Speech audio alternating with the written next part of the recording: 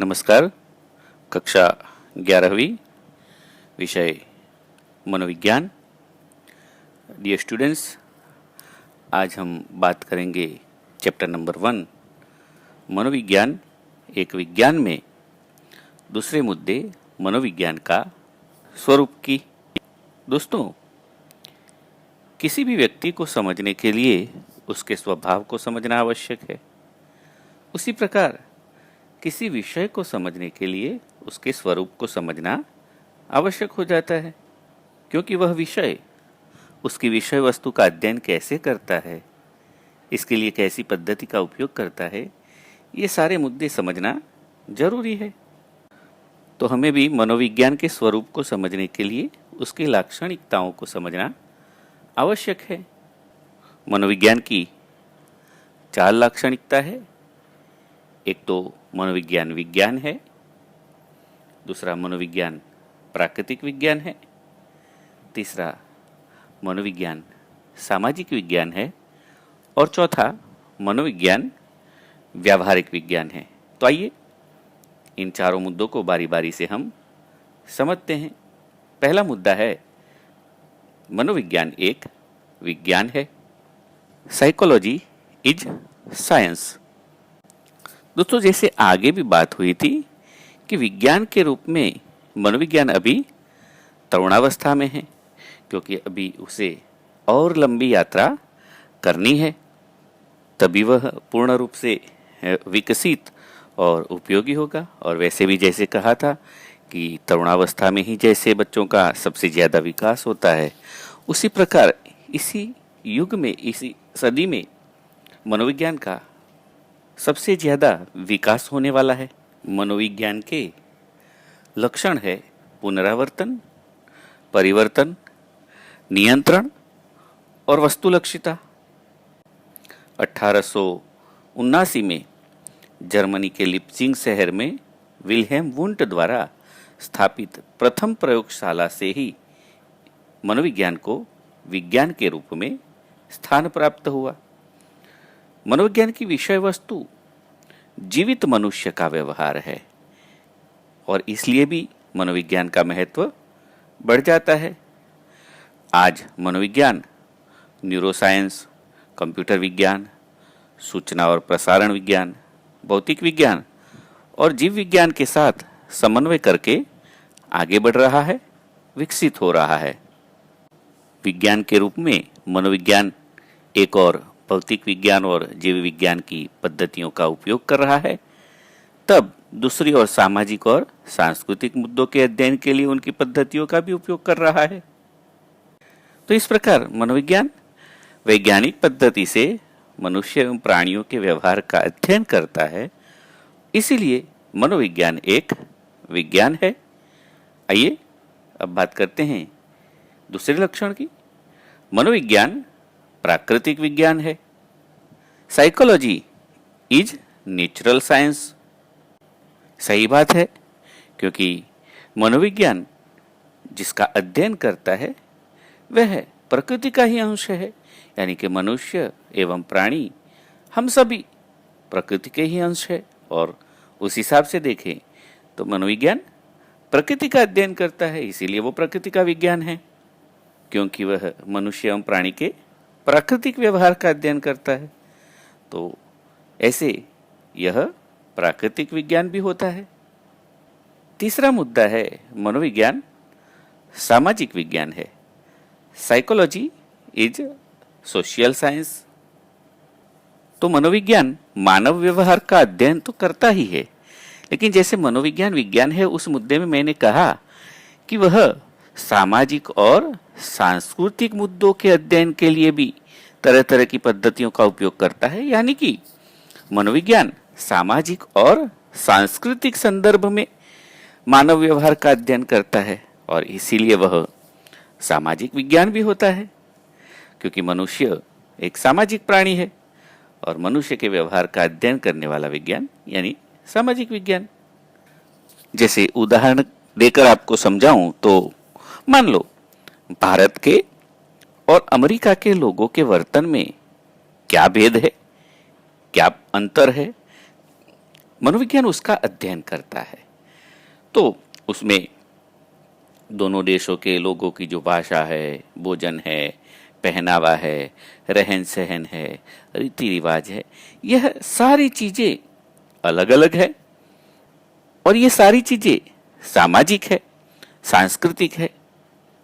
दूसरा उदाहरण आपको दूं तो मान लीजिए मनोविज्ञान अध्ययन करता है कि अहमदाबाद, बड़ौदा जैसे शहरों की युवतियों का व्यवहार और बिहार या मध्य प्रदेश के आदिवासी क्षेत्र की युवतियों का व्यवहार, मनोविज्ञान अगर इसका अध्ययन करता है तो यह अध्ययन सामाजिक हुआ कि नहीं? तो इस प्रकार मनोविज्ञान सामाजिक विज्ञान है। मनोविज्ञान का चौथा लक्षण है मनोविज्ञान व्यावहारिक विज्ञान है, यानी कि साइकोलॉजी इज बिहेवियरल साइंस। इसमें तो क्या कहें, सीधी सरल बात है, क्योंकि हम शुरुआत से ही बात करते चले आए हैं कि मनोविज्ञान मनुष्य या प्राणी के व्यवहार का अध्ययन करता है। अब जब यह व्यवहार का ही अध्ययन करता है तो व्यावहारिक विज्ञान हुआ कि नहीं? समाजशास्त्र, अर्थशास्त्र, राज्यशास्त्र, नृवंश शास्त्र आदि विज्ञान मनुष्य के व्यवहारों का अध्ययन करते हैं। उसी प्रकार मनोविज्ञान भी मनुष्य के व्यवहार का अध्ययन करता है और इसीलिए वह व्यावहारिक विज्ञान है। अगर सीटी मॉर्गन के शब्दों में कहें तो मनोविज्ञान ऐसा व्यावहारिक विज्ञान है जिसमें भौतिक शास्त्र जैसे प्राकृतिक विज्ञान और समाज शास्त्र, नृवंश शास्त्र जैसे सामाजिक विज्ञान के ज्ञान का समन्वय किया जाता है। यानी कि भौतिक शास्त्र, समाज शास्त्र और नृवंश शास्त्र सबका मनोविज्ञान में समन्वय हो जाता है। तो ये हुई मनोविज्ञान के स्वरूप की बात और उसमें हमने मनोविज्ञान के 4 लक्षणों की बात की। पहला, मनोविज्ञान विज्ञान है। दूसरा, मनोविज्ञान प्राकृतिक विज्ञान है। तीसरा, मनोविज्ञान सामाजिक विज्ञान है और चौथा, मनोविज्ञान व्यावहारिक विज्ञान है। आइए अब मनोविज्ञान के उद्देश्य की बात करते हैं। जैसे हमने मनोविज्ञान के 4 लक्षण देखे, वैसे ही मनोविज्ञान के उद्देश्य भी 4 हैं। आइए अब उसकी बात करते हैं। मनोविज्ञान के उद्देश्य, जैसे मनुष्य के जीवन का कोई न कोई उद्देश्य होता है, उसी प्रकार मनोविज्ञान विषय के भी कुछ निश्चित उद्देश्य है, जैसे कि वर्णन, स्पष्टीकरण, भविष्यवाणी और नियंत्रण। अब हम क्रमशः इन चारों की बात करते हैं। सबसे पहले वर्णन। तो मनुष्य का उद्देश्य मानव व्यवहार का वर्णन करना है। मानव व्यवहार कैसा है? शारीरिक है, मानसिक है, आंतरिक है या बाह्य है? दिखाई दे ऐसा है या नहीं? तो मनोविज्ञान मनुष्य और प्राणी के व्यवहार का अध्ययन करता है। तो व्यवहार को समझाने के लिए मनोविज्ञान सर्वप्रथम उसके व्यवहार का वर्णन करता है। तो मनुष्य के व्यवहार का वर्णन करना, ये उसका सबसे पहला उद्देश्य है। मनोविज्ञान का दूसरा उद्देश्य है स्पष्टीकरण। स्पष्टीकरण अर्थात प्रसंग, घटना या परिस्थिति क्यों उत्पन्न होती है, उसके कारणों की स्पष्टता करना। मनुष्य जिस प्रकार का भी व्यवहार करता है, उस व्यवहार के पीछे के कारणों को खोज निकालना और मानव व्यवहार क्यों होता है, इसकी स्पष्टता करना, ये मनोविज्ञान का दूसरा उद्देश्य है। जैसे कि कोई व्यक्ति अगर कुत्ते से डरता है, तो वह कुत्ते से क्यों डरता है, उसकी स्पष्टता करना, ये मनोविज्ञान का दूसरा उद्देश्य है, स्पष्टीकरण। मनोविज्ञान का तीसरा उद्देश्य है भविष्यवाणी। भविष्यवाणी अर्थात किसी भी विज्ञान में स्थापित हुए नियम के आधार पर उस क्षेत्र से संबंधित की जाने वाली पूर्व कल्पना। कोई भी विज्ञान अपने विषय वस्तु का अध्ययन, वर्णन या स्पष्टीकरण करके रुक नहीं जाता, बल्कि नियमों के आधार पर भविष्यवाणी करने का भी प्रयास करता है। जैसे जलवायु विज्ञान की बात करें तो जलवायु विज्ञान वर्णन या स्पष्टीकरण करके भविष्यवाणी भी करते हैं कि जलवायु कैसी रहेगी, गर्मी का प्रमाण कितना रहेगा, बरसात होगी कि नहीं होगी, यह सारी भविष्यवाणी भी वह करता है। उसी प्रकार मनोविज्ञान में भी शिशु पालन की पद्धतियों में से माता पिता बालक को कैसे पालें तो बालक का व्यक्तित्व कैसा बनेगा, इसका मनोविज्ञान भविष्य कथन कर सकता है, इसकी भविष्यवाणी कर सकता है। तो मनोविज्ञान का तीसरा उद्देश्य है भविष्यवाणी करना और चौथा उद्देश्य है नियंत्रण करना। नियंत्रण अर्थात स्थापित हुए नियमों के आधार पर मनुष्य की परेशानियां, चिंता, प्रतिकूलता आदि को हल करने के लिए किए गए प्रयत्नों की प्राप्त होने वाली सफलता। सरल शब्दों में कहें तो हानिकारक या तकलीफ दें ऐसी परिस्थितियों को टालने के लिए किए जाने वाले प्रयास।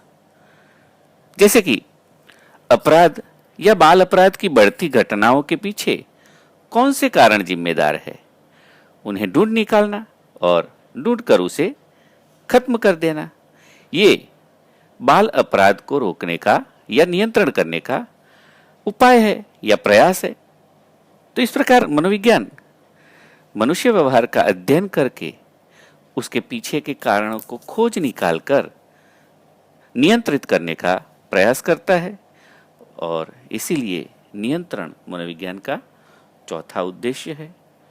इस प्रकार मनोविज्ञान के इन उद्देश्यों के द्वारा मानव जीवन को अधिक सुखी, समृद्ध, शांतिप्रद और आनंददायक बनाने का प्रयास हो रहा है।